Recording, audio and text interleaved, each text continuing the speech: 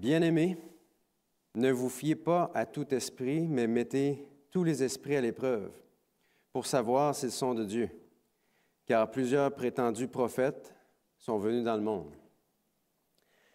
Alors, mon message de ce matin, c'est sur la première épître de Jean au chapitre 4 et le verset 1, le texte que je viens de vous lire. Un appel important ici de l'apôtre Jean. Alors, au sud-ouest de la Chine, à Pingtang, se trouve le plus grand radiotélescope sphérique à un seul appareil au monde. Et il mesure 500 mètres d'ouverture. Alors, c'est immense.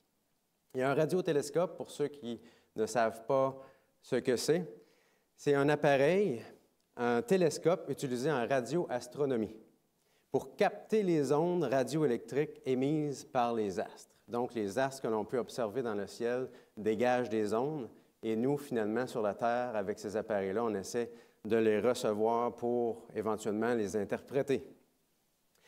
Et un radiotélescope similaire à celui qui est en Chine a été fabriqué et mis en place dans les montagnes de Porto Rico. Il a été construit avec l'aide de 40 000 panneaux d'aluminium. Alors, ça couvre une superficie de 18 acres, ou si vous préférez, 26 terrains de football. Comme je disais un peu plus tôt, c'est immense. Et le radiotélescope sert aussi, étonnamment, pour les recherches de vie extraterrestre. Évidemment, l'humanité, depuis longtemps, cherche à savoir est-ce qu'il y a de la vie là-haut à quelque part, en dehors de la planète Terre. Autrement dit, la Chine possède la plus grande oreille pour écouter ce que des extraterrestres auraient à nous dire. Et cette technologie a permis à l'humanité d'écouter le ciel depuis 50 ans déjà. Alors, ce n'est pas tout nouveau. En quelque sorte, l'humanité a fabriqué un détecteur d'extraterrestres. Et malheureusement, après toutes ces dépenses astronomiques, E.T. l'extraterrestre ne semble pas encore avoir ouvert la bouche pour être détecté par nos détecteurs d'extraterrestres. Alors, l'humanité est toujours en attente d'un message. Et non seulement l'humanité, mais étonnamment, plusieurs fois, ce sont les chrétiens qui sont en attente d'un message. Et Dieu a pourtant un moyen pour communiquer avec son peuple. Et ce sont ses prophètes. À travers sa parole, Dieu, depuis longtemps, communique avec son peuple. Et ces prophètes, d'ailleurs, le mot même veut dire « porte-parole ». Alors, depuis le début du conflit entre le bien et le mal, Dieu a toujours eu ses représentants, ses collaborateurs ou ses prophètes pour communiquer différents messages à son peuple. Et le problème, c'est qu'à chaque fois que Dieu envoie ses prophètes, cela a toujours suscité une controverse. Et pourquoi? C'est simple. Cette controverse est due à cause que l'ennemi a aussi ses propres prophètes. Dieu a ses prophètes et l'ennemi a les siens. Finalement, quand Dieu parle par ses prophètes, l'ennemi va les contredire par les siens. Et c'est ce que l'apôtre Paul a signifié à l'Église alors qu'il était en route vers Jérusalem et qu'il approchait la fin de son ministère. Il a qualifié de loups cruels ceux qui, après le départ de l'apôtre Paul, enseigneraient des choses qui sont contraires à l'Évangile. Et je vais vous lire un texte tiré du livre des Actes au chapitre 20 et les versets 28 à 31 qui nous dit ceci.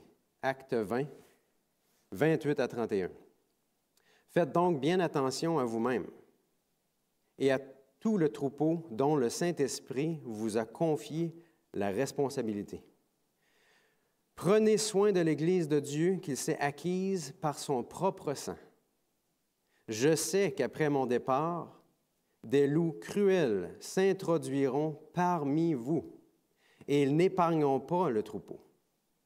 De vos propres rangs surgiront des hommes qui donneront des enseignements pervertis pour entraîner les disciples à leur suite.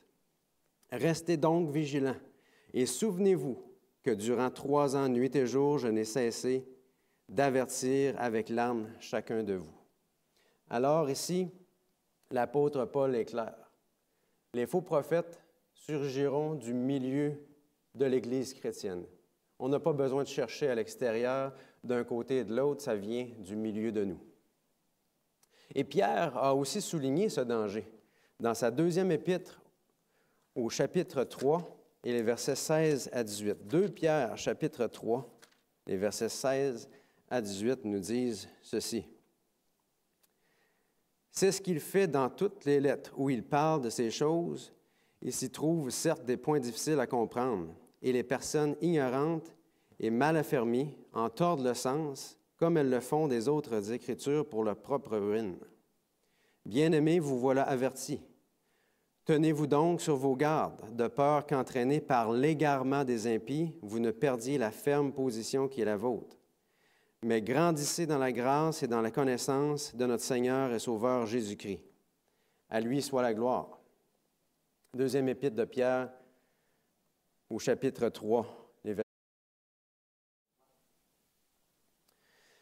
Paul et Pierre avaient donc compris cet enseignement que Jésus avait transmis lors de son sermon sur la montagne. Jésus lui-même avait dit dans Matthieu chapitre 7 et le verset 15, « Gardez-vous des faux prophètes. Ils viennent à vous en vêtements de brebis. » Souvenons-nous, du milieu de nous. Mais au-dedans, ce sont des loups ravisseurs. Jésus avait expliqué que spécifiquement au temps de la fin, de faux prophètes seraient en activité avant le retour de Jésus. Et on va lire ici, dans l'Évangile de Matthieu, au chapitre 24, le verset 24. Donc, Matthieu 24 et le verset 24 nous dit ceci. Matthieu 24, 24. « Car de prétendus messies et de prétendus prophètes surgiront. Ils feront de grands prodiges et des signes miraculeux, au point de tromper, si c'était possible, même ceux qui ont été choisis. » Donc, Jésus était clair. Spécifiquement au temps de la fin, il y aurait de faux prophètes qui vont surgir du milieu de nous et Dieu, à travers Jésus, nous met bien en garde. Alors, les loups cruels, selon la définition qu'on vient de lire dans les Écritures, ce sont des gens qui se disent chrétiens. Donc, ce sont des gens parmi nous, et qui enseignent des choses contraires à l'organisation à laquelle ils appartiennent. Les loups cruels, ce ne sont pas des gens à l'extérieur qui disent toutes sortes de choses, ce sont des gens parmi nous qui enseignent des choses contraires à l'Évangile, à l'organisation à laquelle ils appartiennent.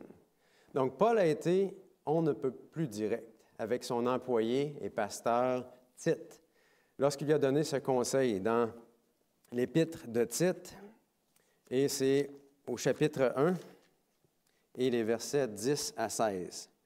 Tite 1, 10 à 16 nous dit ceci. « Il y a en effet beaucoup d'hommes insoumis, des discoureurs creux. » Autrement dit, ils n'ont pas grand-chose à dire. « Et trompeurs, surtout parmi les circoncis. » Vous voyez, ici, à l'époque, c'était à l'intérieur du peuple juif, parmi les circoncis. Qu'est-ce qu'il faut faire, selon l'apôtre Paul? Il faut leur fermer la bouche. Ça, on ne fait plus ça aujourd'hui, parce que si on s'en va dans cette direction-là, on risque d'avoir des problèmes, n'est-ce pas? Il faut le faire encore, mais il faut prendre plus que des gants blancs. Il faut leur fermer la bouche, car ils bouleversent des familles entières en enseignant ce qu'il ne faut pas pour un gain honteux. L'un d'eux, leur propre prophète, a dit, « Les Crétois, toujours menteurs, de méchants bêtes, des goinfres paresseux. » Ce témoignage est bien vrai. Et Paul continue, « C'est pourquoi, reprends-les sévèrement, afin qu'ils aient une foi saine. » Verset 14, « Et qu'ils ne s'attachent pas à des fables juives et à des commandements émis par des hommes qui se détournent de la vérité. Tout est pur pour ceux qui sont purs, mais rien n'est pur pour ceux qui sont souillés et incrédules. Bien plus, leur intelligence et leur conscience sont souillées. » Et le dernier verset, le verset 16, « Ils prétendent connaître Dieu. » Autrement dit, ils ne le connaissent pas. Ils prétendent connaître Dieu, mais ils le renient par leur manière d'agir. ça a quelque chose à voir aussi avec le comportement. Ils sont abominables, rebelles et incompétents pour la moindre bonne œuvre. Alors, on peut dire ici que l'apôtre Paul est plutôt dur envers ces gens qui, à l'intérieur de l'Église, enseignent autre chose que l'organisation à laquelle ils appartiennent. Et cet enseignement du danger des faux prophètes est non seulement présent dans le Nouveau Testament, mais aussi dans l'Ancien Testament. Ce n'est pas quelque chose de nouveau. Et Dieu nous présente à travers son serviteur Moïse la même instruction. On va tourner dans le livre du Deutéronome. Deutéronome chapitre 18. Deutéronome 18 et le verset 20. Deutéronome 18, 20 nous présente ceci. Mais si un prophète a l'arrogance de dire en mon nom une parole que je ne lui ai pas ordonné de dire, ou parle au nom d'autres dieux, autrement dit, il y a des gens qui se prétendent prophètes, ils disent « je viens au nom de l'Éternel », qu'est-ce qui va arriver? Si quelqu'un a l'arrogance de faire ça, il sera puni de mort. Wow! Dans l'Ancien Testament, c'est encore plus dur que l'apôtre Paul, on dirait. Moïse exprimait le dégoût de Dieu à travers ce texte-là pour des gens qui enseignent autre chose que l'Évangile. Alors, puisque cet avertissement a été donné non seulement par Moïse, mais aussi par Jérémie, on n'a pas lu le texte, mais on le connaît. On connaît des textes. Par Jérémie, Ézéchiel, Paul et Pierre, on vient de les voir, et Jésus, pour ne nommer que ceux-là, et puisque la prophétie s'accomplit devant nos yeux. Comment donc être à l'abri? C'est la question qu'on doit se poser ce matin. Comment est-ce qu'on peut être à l'abri de tous ces faux enseignements, de tous ces faux prophètes, puisque Jésus a dit « prenez garde ». Comment éviter de tomber dans les pièges de tous ces loups cruels? Là est la question. Alors, je me pose la question, comment finalement on pourrait se fabriquer un détecteur de loups? Et ce matin, je vous propose de se fabriquer un détecteur de loups. Et ce détecteur de loups-là, je ne veux pas qu'il soit comme ce détecteur d'extraterrestres que je vous ai présenté un peu plus tôt, qui n'a rien réussi à détecter jusqu'à maintenant, en plus de 50 ans. Ce détecteur de loups, j'aimerais le fabriquer à partir de principes bibliques. Et j'aimerais qu'il soit plus efficace que ce détecteur d'extraterrestres. Il ne doit pas en laisser passer un. Autrement dit, si on laisse passer un loup, on se fait bouffer. Aussi simple que ça. Alors, notre détecteur de loup, j'aimerais qu'il ait 7 morceaux. Et si vous enlevez un morceau de ce détecteur de loup-là, le détecteur ne fonctionnera plus. Donc, les 7 morceaux doivent être présents. Et c'est un peu comme une trappe à souris. Si vous enlevez le ressort, ça ne fonctionnera plus. Le détecteur de loup doit avoir tous ces morceaux. Alors, si un seul des morceaux détecte que c'est un loup, ce sera un loup. Mais si les 7 morceaux n'ont pas détecté un loup, alors ce sera par défaut un vrai prophète. Voilà de quelle façon ça va fonctionner. Alors, voici le premier morceau de notre détecteur de loup. Un vrai prophète va exalter Christ en tant que fils de Dieu. Un vrai prophète va exalter Christ en tant que fils de Dieu. On va retourner dans la première épître de Jean, au chapitre 4. 1 Jean, chapitre 4, et le verset 15, qui nous dit ceci. 1 Jean 4, 15, « Celui qui déclare publiquement que Jésus est le Fils de Dieu, Dieu demeure en lui, et lui en Dieu. » Alors, ce texte-là est centré pour plusieurs sur la divinité de Jésus, et c'est tout à fait vrai. Jésus est divin. Mais c'est beaucoup plus que ça, parce que le texte continue et dit, à la fin du verset, « Dieu demeure en lui, et lui en Dieu. » Autrement dit, ce prophète, si c'en est un vrai, aura une relation intime avec Dieu. Il va exalter Christ, non seulement à travers ses enseignements, mais à travers sa vie personnelle. Dans l'Épître aux Galates, au chapitre 2, le verset 20, l'apôtre Paul va dire, « Ce n'est plus moi qui vis, c'est Christ qui vit en moi. » Alors, cette relation intime à ce point-là, le type de communion possible avec Dieu a été démontré par notre Sauveur Jésus lorsqu'il a été incarné sur la terre. Ce prophète devra être toujours en étroite communion avec Dieu. Il va se soumettre constamment sa volonté à celle du Père et chercher consciemment à toujours faire sa volonté. Et on retrouve ça, ce principe-là, dans le psaume 40 et les versets 8 et 9. Un vrai prophète reconnaîtra non seulement la divinité de Jésus, et c'est très important, co-éternel avec le Père depuis toute l'éternité. Mais ça va plus loin que ça. Il aura une relation étroite avec le Seigneur Jésus. Il sera au service de son Maître, tout comme l'était Jésus, c'est-à-dire dans la douceur et dans l'humilité. Voilà ce que veut dire exalter Christ. Et c'est mon premier morceau de détecteur de loup. Passons maintenant au deuxième. Deuxième point du détecteur de loup, deuxième morceau. Une vraie prédiction de prophète s'accomplira et nous rapprochera de Dieu. Et ici, je ne parle pas d'une prophétie à la Jonas, qui est conditionnelle. Si le peuple de Ninive se repent, la prophétie de la destruction n'arrive pas, évidemment. Certaines prophéties sont conditionnelles, mais ici, je ne parle pas de ce type de prophétie. Une vraie prédiction de prophète s'accomplira et nous rapprochera de Dieu. Et j'aimerais retourner dans le livre du Deutéronome au chapitre 18. Deutéronome, chapitre 18, et le verset 22. Il est écrit ceci au verset 22. « Quand ce que dira le prophète n'aura pas lieu et n'arrivera pas, ce sera une parole que l'Éternel n'aura pas dite. C'est par arrogance que le prophète l'aura dite. N'aie pas peur de lui. » Vous savez, à travers les années, dans l'adventisme, il y a eu plusieurs prophéties qui ont été faites. Entre autres, évidemment, la mise en place, la déclaration de date pour le prochain retour de notre Sauveur et Seigneur Jésus. D'autres se sont amusés d'annoncer des catastrophes économiques, évidemment en écoutant ce que les experts, les économistes vont dire. Le problème, c'est que souvent, avec les économistes, ils se contredisent tous.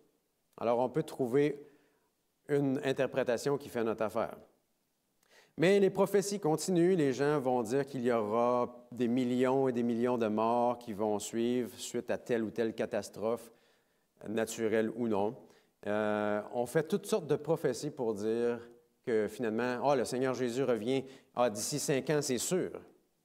Ou il va arriver tel crash économique, et ça, c'est pour les 2 prochaines années. On a toutes les statistiques à l'appui. On recherche finalement des événements extraordinaires pour attirer l'attention de tous et la rediriger sur nous, parce que nous, on a finalement la solution. Nous, on a un message de préparation.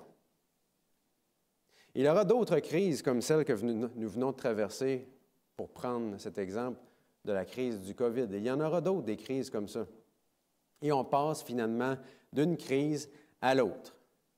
Mais ces crises, est-ce qu'elles attirent toujours l'attention sur Jésus ou plutôt sur nous-mêmes, si nous sommes un loup cruel? Ces crises attirent l'attention sur qui? Écoutez cet avertissement du Seigneur, toujours dans le livre du Deutéronome, et c'est le chapitre 13, les versets 2 à 5. Deutéronome 13, 2 à 5 nous dit ceci. « Si un prophète ou un faiseur de rêve se lève au milieu de toi, encore une fois, au milieu, parmi nous, et t'annonce un signe ou un prodige, et qu'il y ait accomplissement du signe ou du prodige dont il t'a parlé, cette fois-ci la prophétie s'accomplit, en t'invitant à suivre d'autres dieux, des dieux que tu ne connais pas, et à les servir, tu n'écouteras pas les paroles de ce prophète ou ce faiseur de rêve. En effet, c'est l'Éternel votre Dieu qui vous met à l'épreuve pour savoir si vous l'aimez lui, de tout votre cœur et de toute votre âme. » Et le verset 5, « C'est l'Éternel votre Dieu que vous suivrez et c'est lui que vous craindrez. » Alors, vous avez remarqué ici, même si le signe s'accomplit, ça ne veut pas dire que c'est un vrai prophète. Si l'enseignement nous détourne de Dieu, nous fait perdre Jésus de vue, et les enseignements de vue, nous fait perdre la joie et la paix en Jésus, Dieu nous dit quoi? Ne les écoutez pas. Ce genre de prédictions ne s'accomplissent pas, ou qui s'accomplissent, mais qui nous éloignent de Dieu, ne proviennent que d'un cœur ignorant et rempli d'orgueil, selon le texte qu'on a lu un peu plus tôt dans Deutéronome chapitre 18, de l'arrogance, qui ne parle autrement dit que de son propre chef. Et c'est mon deuxième point du détecteur de loups. Une vraie prédiction de prophète s'accomplira et nous rapprochera de Dieu. Troisième morceau pour notre détecteur de loups cruels, un vrai prophète parle avec autorité. Un vrai prophète va parler avec autorité. On va retourner dans le Nouveau Testament, dans l'Évangile de Matthieu, au chapitre 7 et le verset 29. Matthieu 7, 29. Car ils enseignaient avec autorité et non comme leurs spécialistes de la loi. Ici, on parle de Jésus. Jésus parlait avec autorité et enfin, ça, on aime ça. On aime ça. Un vrai prophète qui parle avec autorité. Autrement dit, si on s'adresse à lui, à notre tour, il n'est pas obligé de nous prêter attention parce que lui, il a de l'autorité. Il coupe la parole, il parle plus fort que la personne à qui il s'adresse à lui. Ça, c'est avoir de l'autorité. Un vrai prophète ne se laisse pas marcher sur les pieds. Est-ce que c'est ça, avoir de l'autorité? Un vrai prophète cite les Écritures et écrase ceux qui ne connaissent pas ces passages. Ça, c'est un vrai prophète. Un vrai prophète fait une exposition de ses connaissances et essaie de noyer tout argument contraire. Vraiment? Est-ce que c'est ça, un vrai prophète? En quoi le message de Jésus était-il un message d'autorité? Jésus parlait-il avec arrogance? Est-ce que Jésus manquait de respect? Est-ce que Jésus écrasait ses adversaires? Est-ce que Jésus dénigrait les autres de ne pas connaître toutes ces choses que lui connaissait? Il parlait avec autorité car il n'utilisait que les Écritures. Par la vie d'un petit Joe connaissant qui publie des messages prétentieux depuis son garage sur les réseaux sociaux. Jésus savait que les pharisiens et les scribes reposaient leur tradition sur les opinions des hommes et sur la sagesse de celui ou de celui-là, nos prédicateurs préférés. Jésus avait une juste compréhension des Écritures et cela était le fondement de sa vie et de son ministère pour prêcher, pour enseigner et pour guérir. Voilà pourquoi Jésus parlait avec autorité. Un vrai prophète peut donc dire « Ainsi parle l'Éternel ». Et c'est mon troisième point, un vrai prophète parle avec autorité. Et on passe au quatrième. Un vrai message de prophète doit être en harmonie avec la parole de Dieu et avec la loi de Dieu. Un vrai message de prophète en harmonie avec la parole de Dieu et la loi de Dieu. J'aimerais vous lire, en fait, on connaît ce passage-là pratiquement par cœur, Ésaïe 8, 20, à la loi et au témoignage. Si on ne parle pas ainsi, il n'y aura point d'aurore pour le peuple. J'aimerais vous lire une citation maintenant tirée du livre Témoignages à l'Église, le volume 2, à la page 421. Notre devoir personnel est de marcher humblement avec Dieu. Marcher humblement. Nous ne devons pas chercher quelques messages nouveaux et bizarres. Il ne faut pas prétendre que les élus de Dieu, ceux qui s'efforcent de marcher dans la lumière, ici on parle de l'Église adventiste du 7e jour, il ne faut pas penser que ces élus-là constituent Babylone. Babylone enseigne des doctrines pernicieuses, le vin de l'erreur. C'est ce que le livre de l'Apocalypse nous présente. Ce vin de l'erreur, ce sont de fausses doctrines telles que, et là on les énumère. Premièrement, l'immortalité de l'âme. Alors ma question est, est-ce que l'Église adventiste du 7e jour, officiellement et publiquement, enseigne l'immortalité de l'âme? Absolument pas. On passe à la suivante. Enseigne d'autres doctrines comme les tourments éternels des méchants, autrement dit l'enfer. Est-ce que l'Église adventiste du 7e jour enseigne que lorsque l'on meurt, on va brûler en enfer pour l'éternité. Absolument pas. Donc, deuxième point non plus.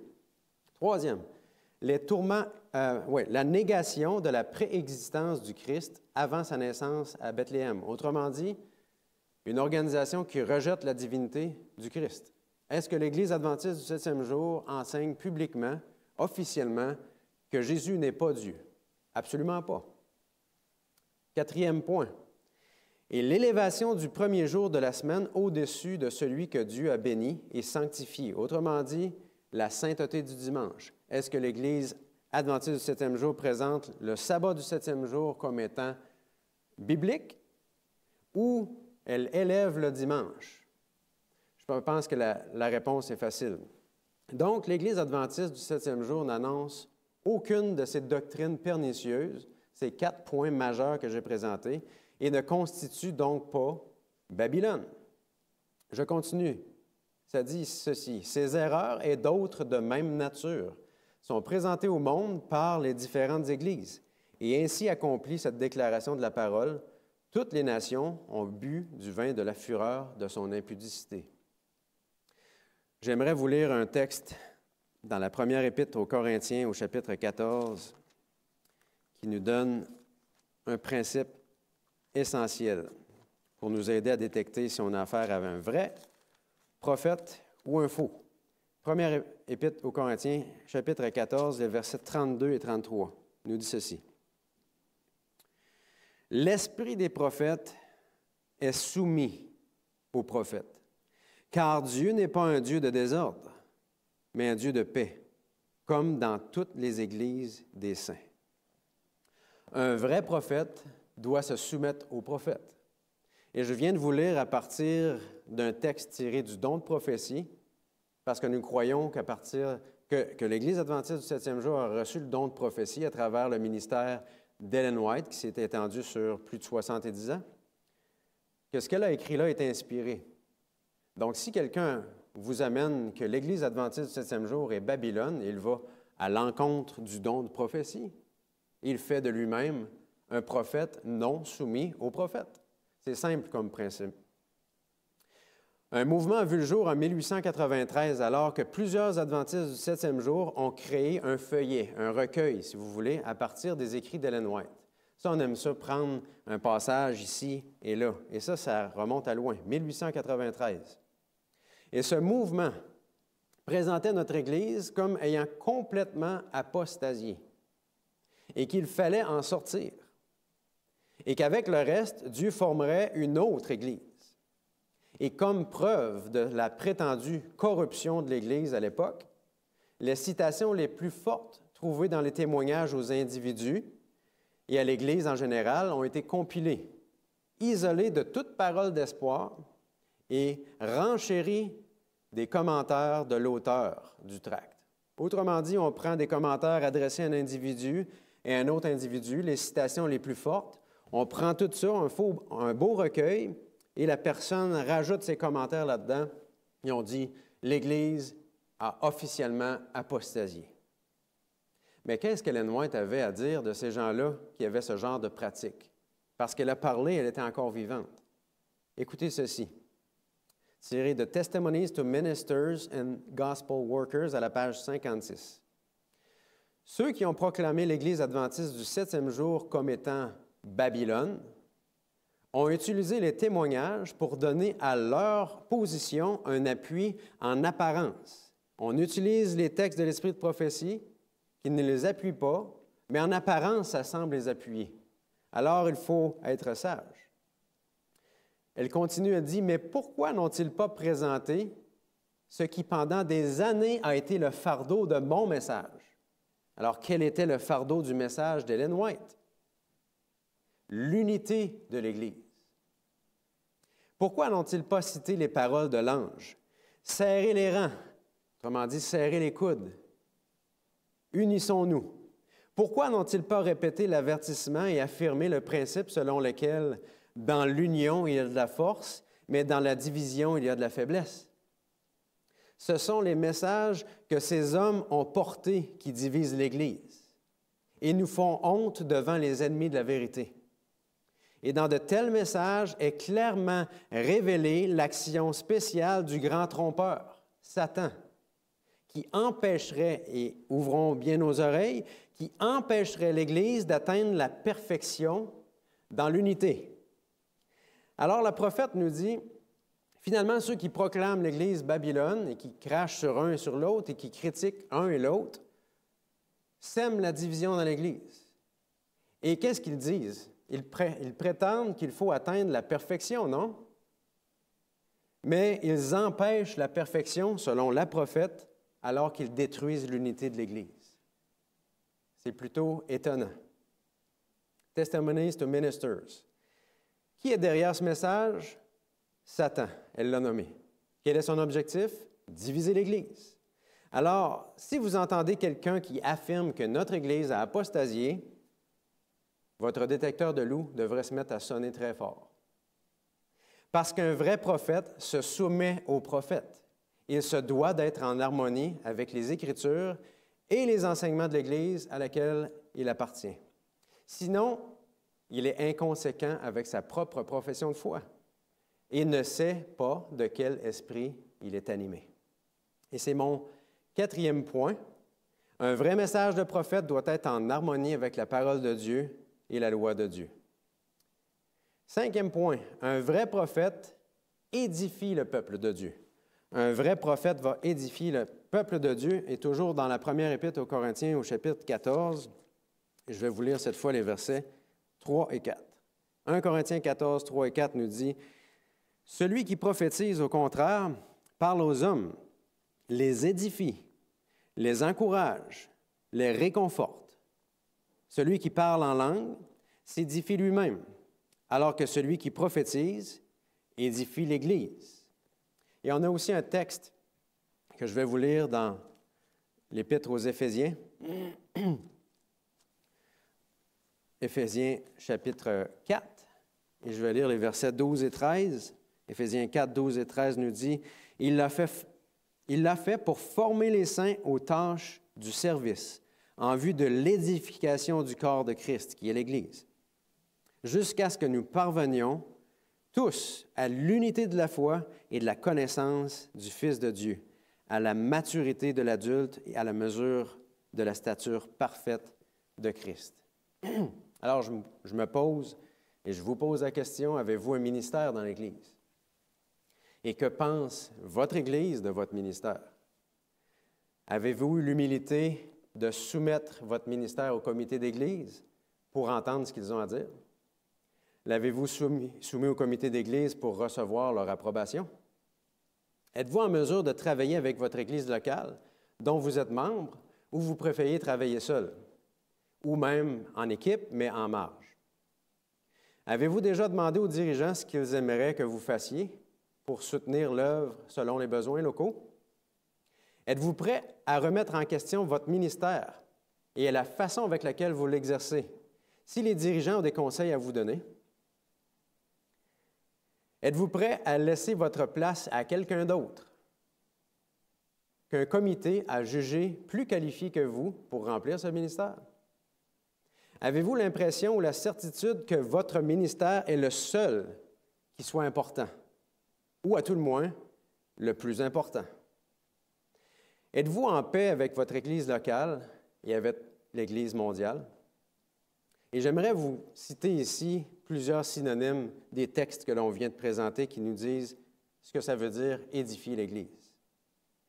Élever, construire, participer, collaborer, encourager, investir, servir, se sacrifier pour l'Église et pour l'autre, être à l'écoute, être prêt à se remettre en question et à revoir ses propres façons de faire.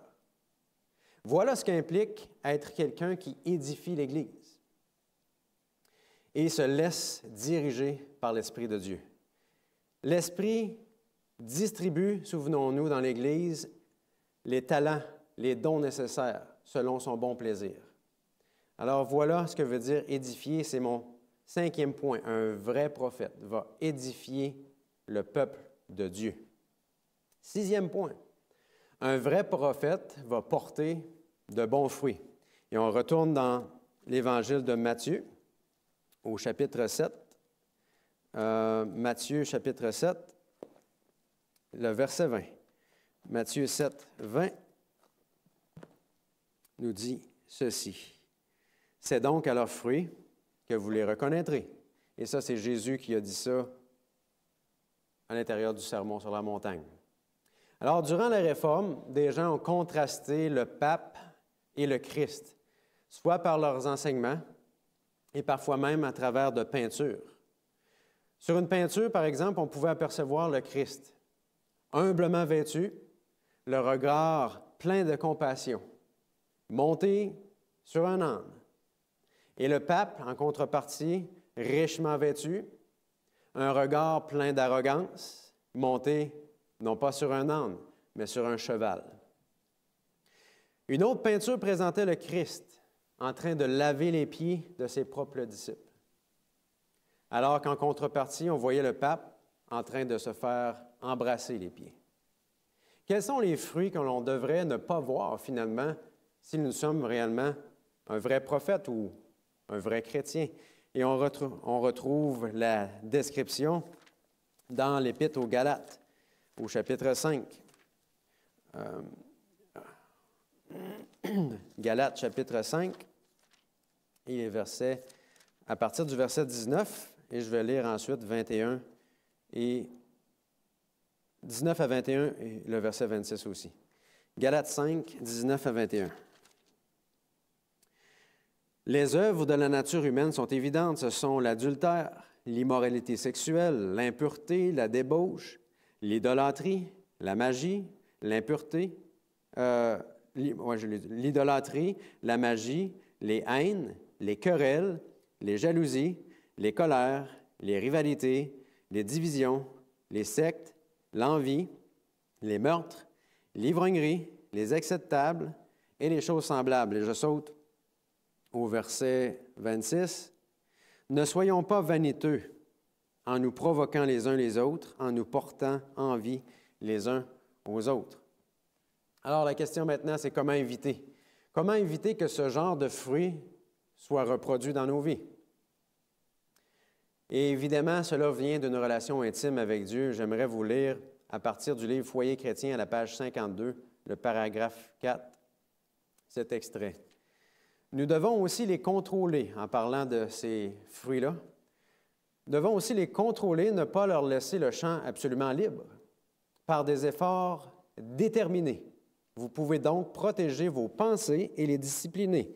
Donc, tout part de nos pensées. Alors, si vous pensez quelque chose de mal par rapport à votre prochain, déjà là, vous êtes en problème. Arrêtez tout de suite ces pensées, nous dit le texte. Cultivez des pensées justes et vous agirez sagement. Cela signifie aussi que vous devez protéger et sauvegarder vos affections en ne leur permettant pas de s'égarer et de prendre une mauvaise direction. Jésus vous a racheté en donnant sa vie. Vous lui appartenez. Par conséquent, vous devez le consulter en toutes choses pour savoir de quelle manière vous devez utiliser les facultés de votre esprit et les affections de votre cœur. Autrement dit, nous n'avons pas la possibilité de penser et de faire et de dire ce que l'on veut en tant que chrétien ou en tant que prophète. On est redevable envers Dieu parce qu'il nous a rachetés à un très grand prix. Et les fruits qu'il devrait y avoir dans notre vie, on connaît. Le fruit de l'esprit, l'amour, la joie, la paix, la patience, la bonté, la bénignité, la fidélité, la douceur et la tempérance. Ce que l'on dit, notre manière d'agir démontre de quel esprit nous sommes animés. Et si nous parlons vraiment, finalement, de la part de Dieu. Un vrai prophète, c'est mon 6e point, portera de bons fruits. Et le 7e, je passe rapidement. Un vrai prophète aura certains signes physiques lors de sa vision. Ce n'est pas le signe le plus important, mais c'est néanmoins les choses qui nous sont enseignées dans les Écritures. Dans Daniel 10, les versets 9 et 17, on se rend compte que lorsqu'il y a une vision, le prophète va tomber par terre. Et c'est ce qui se produit la plupart du temps. C'est ce qui s'est produit avec le don de prophétie avec Ellen White. Deuxièmement, dans Daniel 10 toujours, au verset 18, le prophète sera relevé et fortifié par Dieu. Autrement dit, il est complètement atterré, mais il est soulevé et soutenu par Dieu alors qu'il va proclamer un message. Troisième point, il ne respire pas, mais il peut parler. Dans Daniel 10, verset 17, on retrouve ça aussi. Et le quatrième, il aura les yeux ouverts durant la vision. Et ça, on retrouve ce principe dans Nombre 24 et le verset 4. Donc, autrement dit, Dieu soutient son prophète au moment où il a une vision. Et vous savez que Ellen White a rempli ces 7 points, les 7 points d'une façon intégrale, faisant d'elle, sans l'ombre d'un doute, une prophète envoyée de la part de Dieu. Et j'aimerais vous souligner que Ellen White n'a jamais apostasié, ni même l'Église à laquelle elle appartenait, qui est l'Église adventiste du 7e jour. Ni elle, ni son Église n'a apostasié. Et vous savez, il y a une différence énorme entre la tiédeur et l'apostasie. Et on devrait étudier les Écritures pour en faire une distinction claire. Alors, souvenons-nous que ce n'est pas suffisant de réclamer que nous sommes envoyés de Dieu. Et ce n'est pas suffisant de déclarer que nous avons eu une vision ou un rêve. Et ce n'est pas suffisant que nous ayons prophétisé quelque chose et que cela soit arrivé. Et ce n'est pas suffisant que nous chassions les démons. Souvenons-nous, un seul des 7 points fait crier au loup. On a besoin de confirmer avec chacun des critères pour être un vrai messager de Dieu. Alors, mes amis, vous avez maintenant dans vos mains un détecteur de loup. Et si E.T. l'extraterrestre n'a pas encore ouvert la bouche pour envoyer des ondes radioélectriques jusqu'à notre planète pour qu'on puisse les capter avec nos télescopes, nos radiotélescopes, ce n'est pas grave. La bouche de Dieu a parlé par ses prophètes. Et les faux prophètes aussi parlent, et depuis longtemps, et continuent même de parler aujourd'hui. Matthieu 24, 24, Jésus l'a dit, au temps de la fin, particulièrement les faux prophètes vont parler. Et notre Église ne fait pas exception, puisque l'ennemi s'en va faire la guerre à qui? Au reste, qui gardent les commandements de Dieu et ont le témoignage de Jésus, qui est le don de prophétie, qui est un signe qui montre d'une façon claire que nous avons un mouvement qui se démarque des autres. Alors, est-ce qu'on doit s'étonner d'entendre des voix différentes de celles de Dieu au sein de notre Église? Évidemment, non. Le magazine US News and World Report de mai 1983, un magazine scientifique, quelqu'un a écrit là-dedans, « Si quelqu'un essaie de nous contacter, nous sommes prêts à écouter en parlant des extraterrestres. Si quelqu'un est prêt à nous contacter, veut nous contacter, on est prêt à les écouter. » Alors, je pose la question, est-ce qu'on peut en dire autant? Sommes-nous prêts à écouter? Avons-nous entendu Dieu parler à notre cœur ce matin? Dieu exige que nous nous servions maintenant de notre détecteur de loup, puisque nous avons tous un entre les mains. Et si notre détecteur de loup ne cesse pas de sonner, avant de le retourner au fabricant, j'ai une instruction à vous donner. Étirez vos bras et allez toucher sur votre tête. Si par hasard, vous ne toucherez pas 2 oreilles pointues et poilues. Peut-être que c'est pour ça que le détecteur sonne. Mais si vous n'avez rien senti et que votre détecteur sonne sans arrêt, c'est assurément parce que vous êtes dans la bonne Église. Parce que Jésus l'avait dit, il y aura des loups qui viendront parmi nous. Assurez-vous de toujours avoir votre détecteur de loups et veillez à changer régulièrement les piles. Amen.